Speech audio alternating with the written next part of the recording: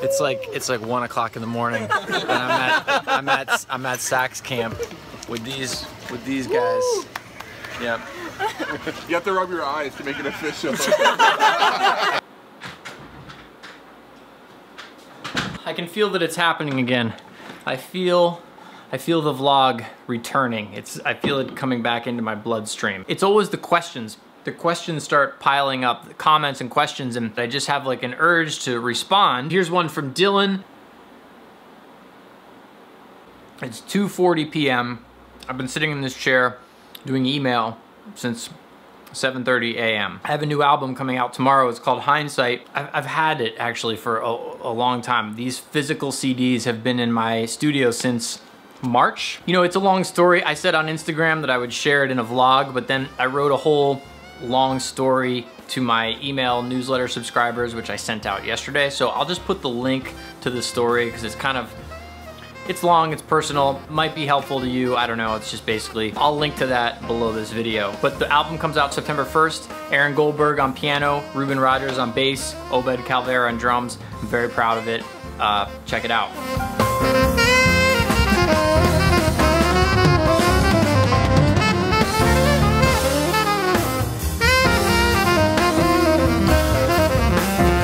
I wanted to catch up on a little bit of what's been going on. So I was in Nashville a couple weeks ago for the saxophone retreat, the 3rd year of the Inside Outside retreat, which was phenomenal. We had 60 plus players from all around the world. Chris Potter was our special guest.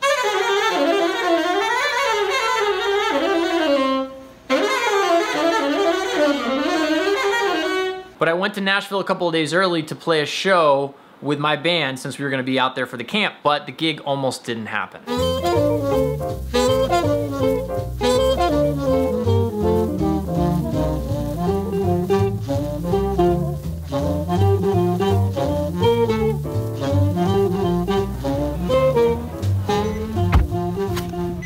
Should grab the lays. What did I do with those papers?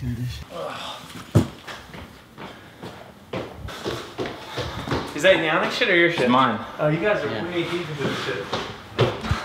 You brought the Joan? Yeah,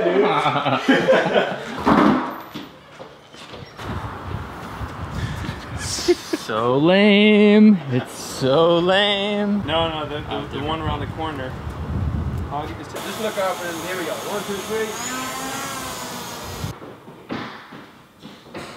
3. Hey, Near. Yeah. What do you want to do, man? I have the address of this place. Honestly, it's not that bad. It's like whatever we're feeling here, in terms of, it's not worse than this. Hey Bobby, nice job on the digs, man. Should be like this every time we travel, right? Kind of modern, spacious, with a roof deck to fly the drone. If you just Google United flights Houston to Nashville, you see that his flight was canceled. I'm assuming it was his flight. So I woke up to a text from Sean saying he's stuck in Nashville. I mean, Houston, can't get to Nashville because of weather. So you're rebooked? Yep. On the flight to Charlotte? No, that was not. Flight to Charlotte was supposed to leave at 10 a.m. and now it's leaving at 11:15. Well, just keep me updated, you know, if anything changes. Otherwise, I'll see you at the airport at 2:30-ish. Sounds good. Sounds like a plan. Okay, man. All right. Talk to you soon. This is why I hate touring. Not touring in general, but the logistics of what is involved in touring. In best case scenario, he might get to Nashville around 4 or 5 o'clock today, and the downbeat of the gig is at 7 p.m. So worst case scenario, I don't have a drummer for the gig tonight, and the show is sold out. All right, the good news is Sean is gonna make it, so we should be getting him from the airport soon.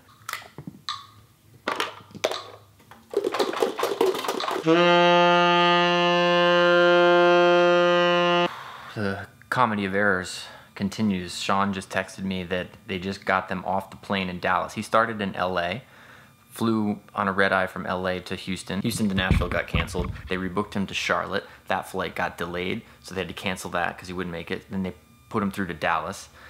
A little while ago, he said he was on the plane, all good, see you soon. And now I just got a text saying they just got them off the plane in Dallas because they need to change a tire and it'll be 45 minutes.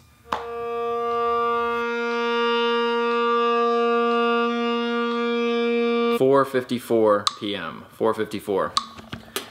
Sean's gonna make it. It's gonna be very close, but he is going to get here at 5 p.m. and the downbeat is at 7 p.m.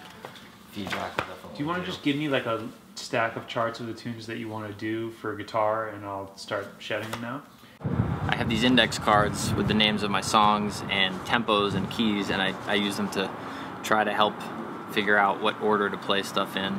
Basically, it's easier to move the cards around than it is to write out a list of songs and then keep scratching them around and trying different. I mean, for me, anyway, it is. So that's how I do it. Yeah. Oh, that was horrific. Yeah, and I think he's still like saying. Took him to the clean.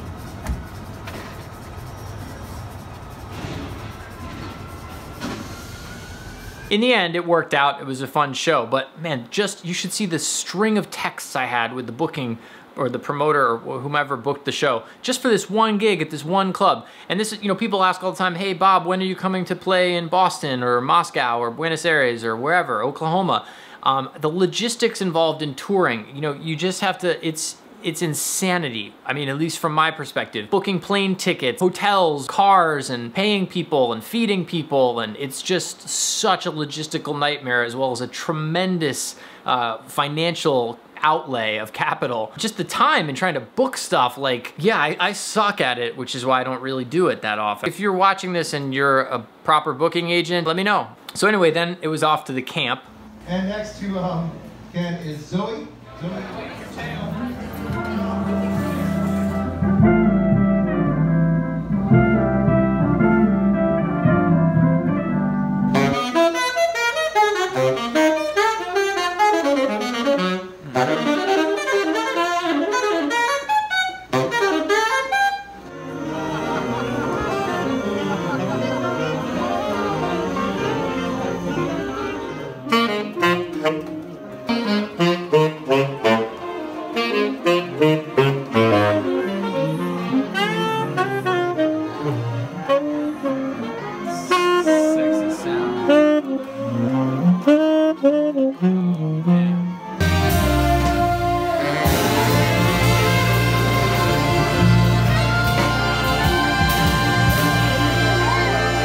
Straight up, I'm dead ass serious. Is that gonna make the next serious?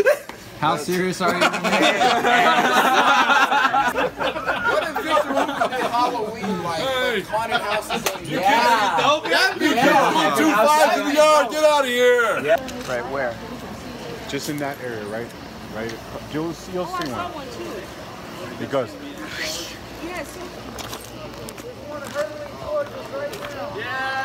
It's like 1 o'clock in the morning, and I'm at sax camp with these guys. Yep. You have to rub your eyes to make it official.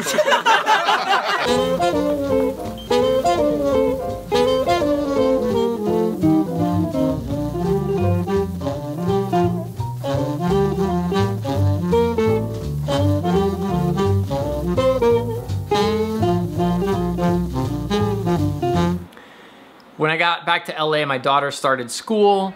She's in 1st grade now. That actually hasn't sunk in yet that she's in 1st grade. And then I had a full week of recordings with for a new Shoshana Bean album.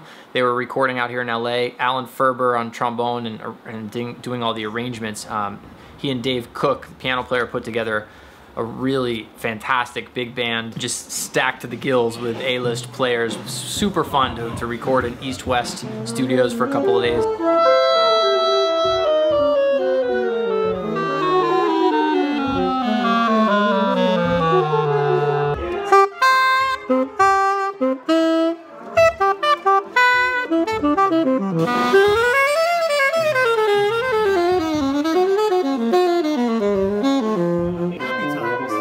Happy Times? I don't know that. By who?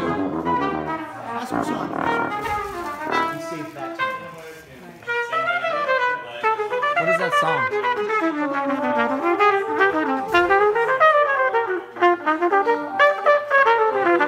I'm just gonna play my little howl body.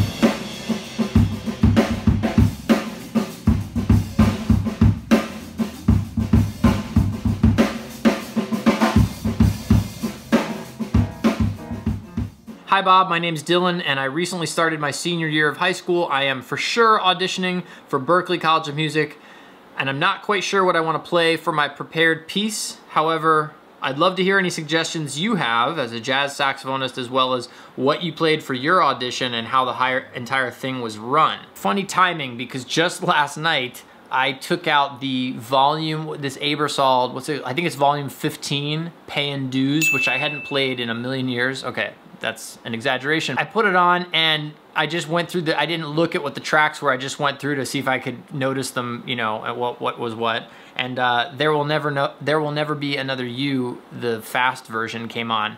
And I had the thought, I remembered that I played that on a cassette tape for my Berklee audition tape. You know, play something that you sound your best on would be my advice. Like, don't try to play something you think will impress the judging panel. Play something that showcases you at the best of what you have to offer currently, right now, at where you are. Does that make sense?